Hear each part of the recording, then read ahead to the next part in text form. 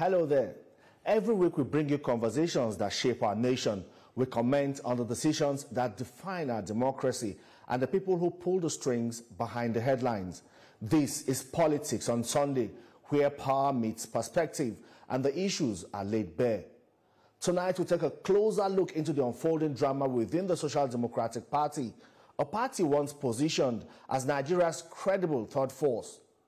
As the 2027 general elections draw near, cracks within the party's leadership and competing interests have raised questions about its unity, direction, and political survival.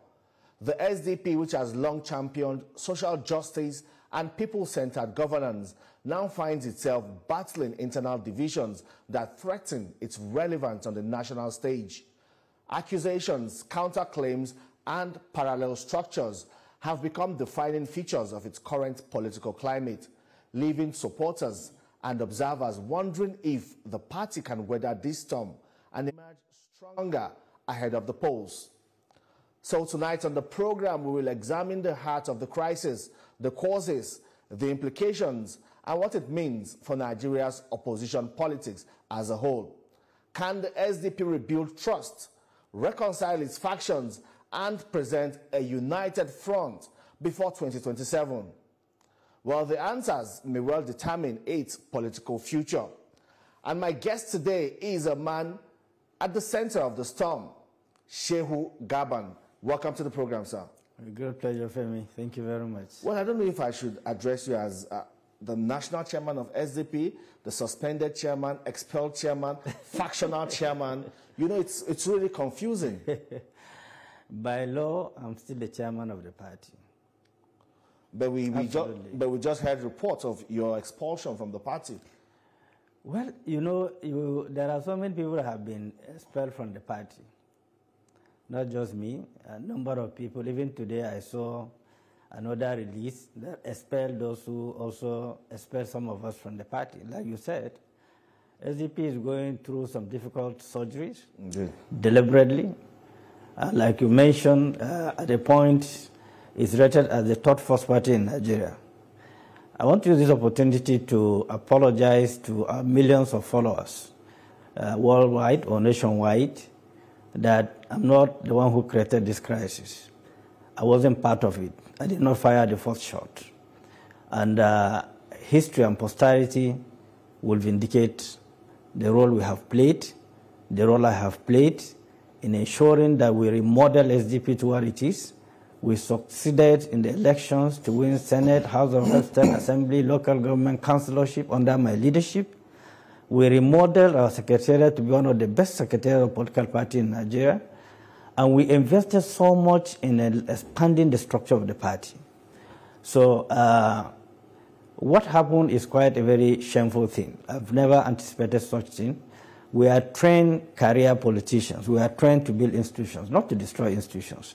We can differ on issues, but things that have to do with the foundation of institutions that is responsible for leadership recruitment center should not be dragged into a mess because it will affect millions of people who invested their hope and their vision in the party.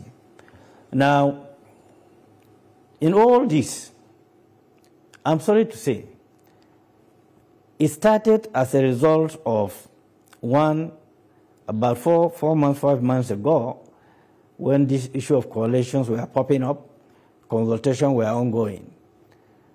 And of course, the coalition forces approached us almost at the last minute. We are not their first option. And their reason is that, look, we have an inbuilt problem that they don't want to be victim of it. They believe that one of our national officers have an ongoing court cases, which is very serious. That's the National Secretary, Dr. Oluwagoloye. The National Secretary of the party. If they join or if they adopt SDP, the presidency may use it to, throw a spanner into the party and create a problem. And at the point, due to regulations, INEC guidelines and so on, it requires 2 valid signatures, the chairman and the secretary. So for that reason, they approach us with cautious and so on and so forth. Despite that, we engaged them and we told them that whatever we are going to do must be in tandem with the SDP constitution. to avoid litigations.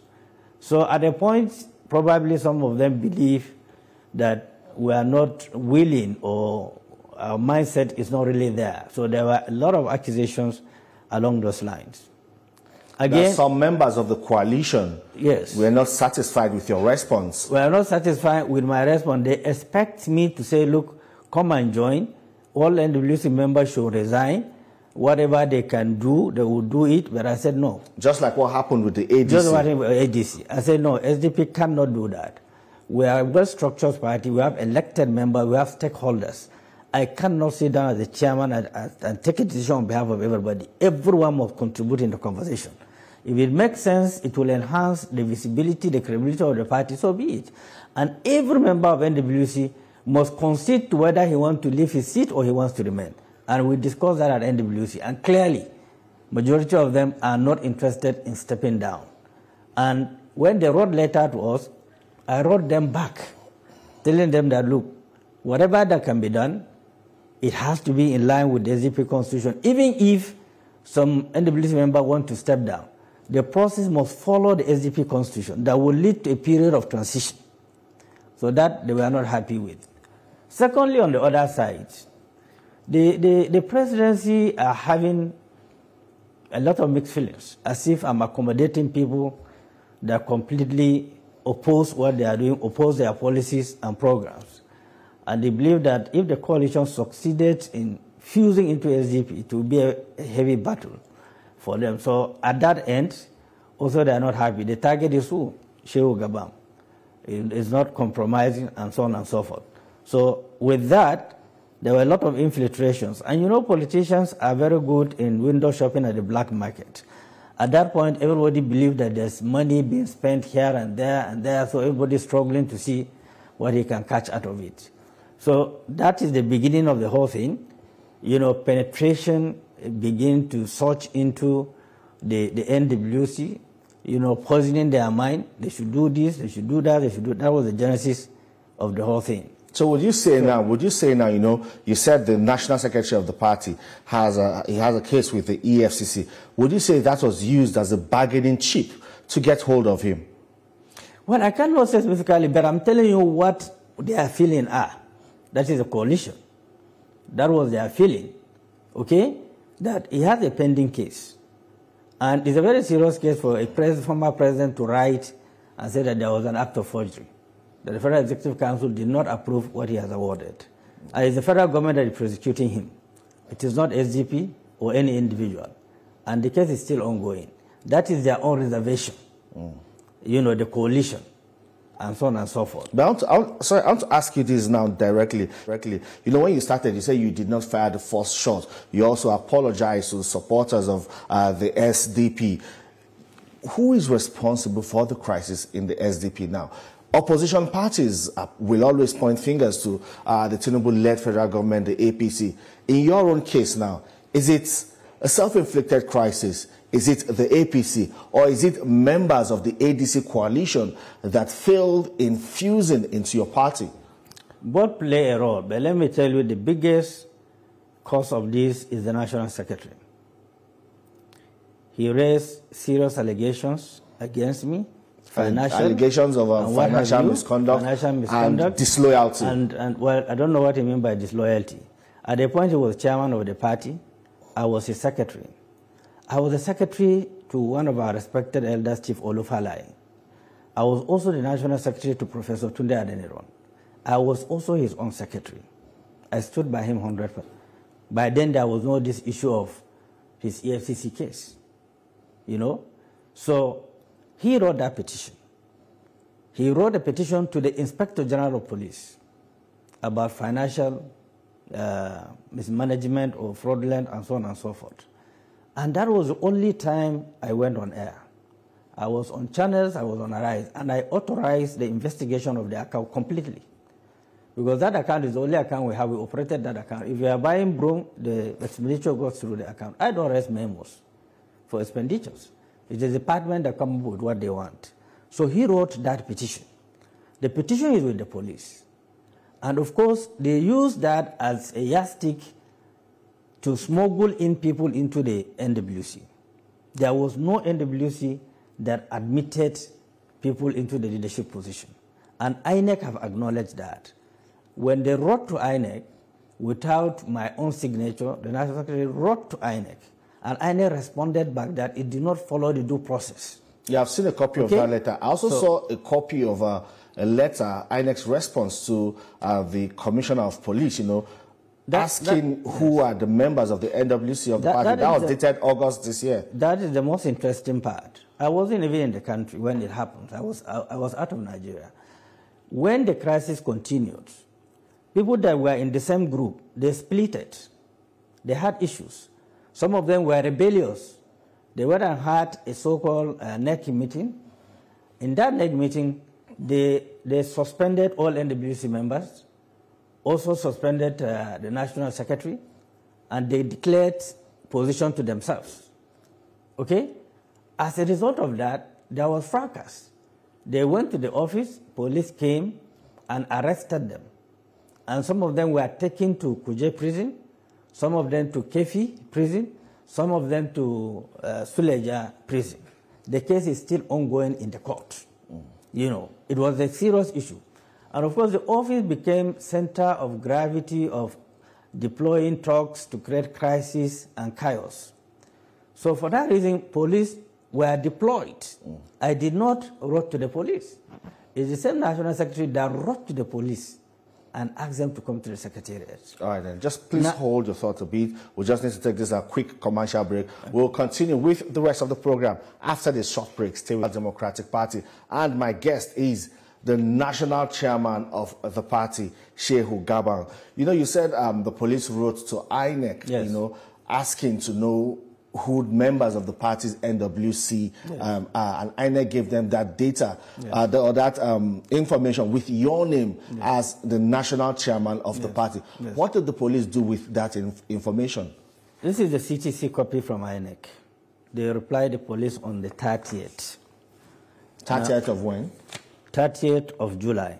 Okay. The letter was written was written to the Commissioner of Police 30th of July. This is the chairman of INEC directing the... On whose instance did the police write? The right Commissioner of Police wrote to INEC directly. I know. Who asked him to write or who instigated? I really don't know.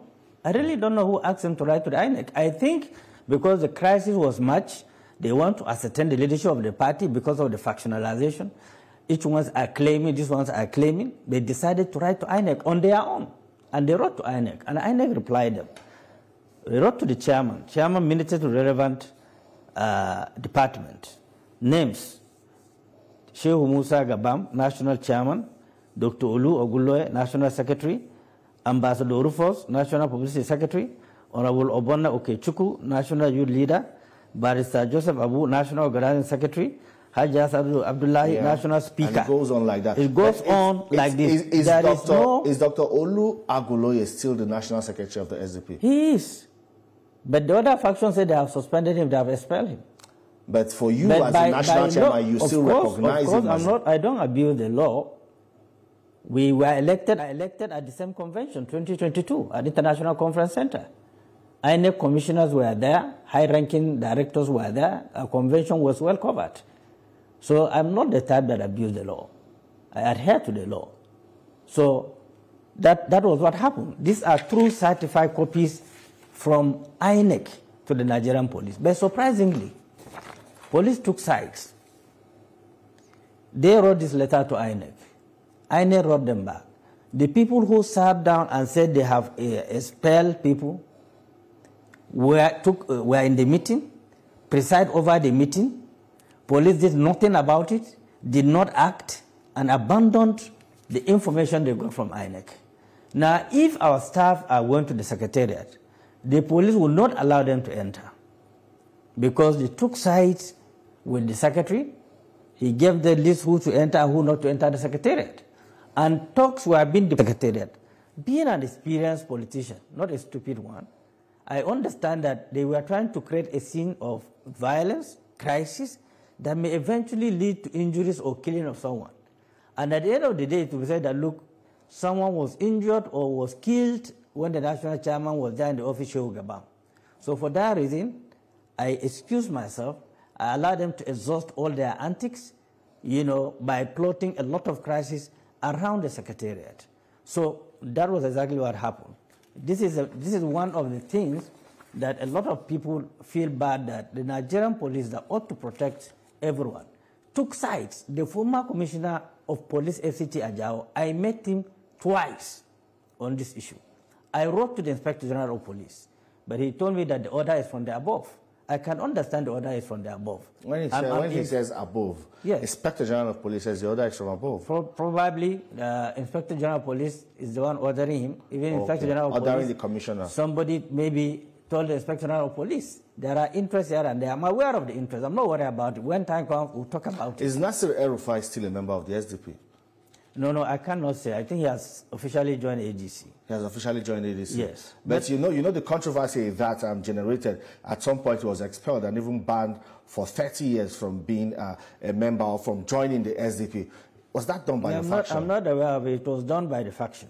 Not your faction? No, I'm not involved in that. I'm not involved in that. It was done by them because they were all in the same group. Like I said, they split it. So that was exactly what happened. Now, one interesting thing that I want to emphasize, you have a secretary of the party who wrote petition to the police on financial issues. Police are investigating it. But he's not satisfied with the Nigerian police investigation. The report has not come out. He constituted his own kangaroo committee to investigate the finances of the party. Where he got the authority, I don't know. In our constitution, the chairman of the party is the chairman and chief executive and the national leader of the party. It's the only chairman that has executive power. The national secretary has no executive power. He's the head of secretariat. But he wrote to the police, I did not go against it. I did ask police to investigate. We surrendered the account to the police. And did they do that? Well, I think the investigation is going on. What I thought for them to come out and destroy someone's character integrity without waiting for the police investigation, they went ahead, they said they did their investigation. They even went and did a white paper as if like a civil servant establishment. Okay? And the entire account involved the entire NWC members. We transact in that account, whether allowances or whatever is through that account. Contributions, there are a lot that we have in that account. But during this investigation, at any point did the police contact you, or even the national secretary that set up a committee, did that committee reach out to you? Not for a second. It was done deliberately to think they would demoralize me. And the only reason I did not go further on the media, I was trying to safeguard the integrity of the party. Number two, we have elected members. If the crisis is obvious, certainly they will leave the party. Unfortunately, the red line has been crossed. Senator Wadada has left your party. Senator Wadada have left the party. 2 members of the State Assembly from Nasarawa have left. 1 member from Ekiti State House Assembly have left. The others are trying to leave. They came to me. I told them, wait, probably we'll sort out this issue. Just wait. Well, all of these troubles, is it because of your association or affiliation with Nasir El-Rufai? Well, I don't know, but you cannot divorce it completely because, like I said, the heat-up period suggests that I'm accommodating people who totally disagreed with the government and they go after the government, hitting the government up. But look, as a party, I have always said that our responsibility is to add value. Where we disagree with the policy of the government is to say we disagree with this policy. We have never called the president of leaders to ridicule. It's not even in my character or my background to discredit leaders. I can disagree with the policies. I have never had issues with the president and commander-in-chief. He have a lot of regard for me. I have visited him when he was in Lagos. We met a couple of times outside politics. There's no single day that he showed me a sign of dislikeness or disregard. So there is nothing personal between me and the president. When I see a policy that I feel is not right, I react to it. My first reaction to the government policies, which I also added here, I said, look, the subsidy removal, the timing was wrong. I said it openly, without any ill intention. The whole purpose is to look at it holistically and find a better way of dealing with it. Because I said otherwise it will escalate the economic crisis that we are going through as a nation. Just the way I totally disagree with the last policy of President Muhammadu Buhari of redesigning the currency and so on and so forth. That put our economy into recession. Yeah, as we begin to round up now, talking about government policies, the administration is saying that these policies, the one you disagreed with, which you said the timing was wrong, they are beginning to yield results, especially the subnationals get more money, and we are also seeing some of these reforms, already taking shapes in different sectors of the economy. Do you agree? Well, you see, if you look at the market, some certain foodstuffs are coming down. So that's a fact. Of course, that's a fact. There's no two ways about it. But also you look at the triggers, the cost of the fuel that convey the products to market and so on and so have gone up. So either way, you can have a foodstuff at a little bit cheaper, but the ingredient that will lead to the cooking of the food is a crisis of its own. So what we thought is that, look, since the genesis or the major this thing behind the entire thing is the fuel issue, the cost of fuel, that should be addressed. Okay, if you address that, it will trickle down the system, and then people will find it easy. Those that are in business, if the CBN deal with the interest rate and so on and so forth, people will have access to funds, run their businesses without fear of losing both the capital and inflation. And what have you. Inflation is also easing out. Well, it's theoretical. It's not practical. Go and check out. It might in future, but that it is not significant. It's not significant at all. Okay, but if they continue along this line, it is possible things will improve better than the way it is today. And that has been our point. Where there is a problem, they should adjust that problem, address it patriotically. Don't look at it as individual is against you or is after you or you want to destroy the system. No, absolutely no. I believe the president should be happy to have 1, 2, or 3 people that will tell him, Mr. President, this one is not correct. Okay, any leader that like someone around him that can tell him this is not good is in problem. Lastly, what will you tell Mr. President now about the handling of security issues in the country? We have also just seen recently the shake-up of the top hierarchy of Nigeria's service chiefs. I think he has demonstrated he's the president and commander-in-chief. He took a lot of people by surprise. And probably if he maintained his very strong hold, you will start to see changes in the security situation that have devastated the country. Indeed. And I salute him for that courage. It's a very patriotic courage. I also want to advise him that to purge a lot of people around him and his cabinet that are creating problems for him. He knows it and he knows it was there. The way he surprised the country, he should do the same because he is leaving a legacy behind. Right. He's not a young man. Indeed. At his age, he wants to leave a legacy behind. All right, thank you so much for your time on the program. Alhaji Shehu Gabang, the INEC recognized chairman of the Social Democratic Party. Well,